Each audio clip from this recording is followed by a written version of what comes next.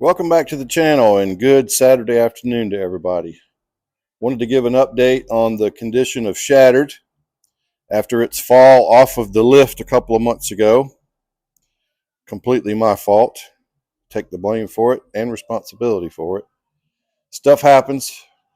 We got through it and we're back in business. So in a couple of weeks, we're going to be taking this bike down to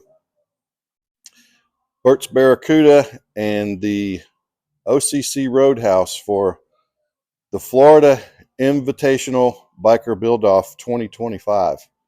We're very excited to have been invited to this pretty big time situation. May 15th, 16th, something like that.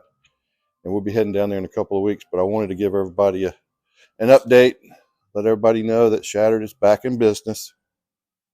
All the damage has been repaired.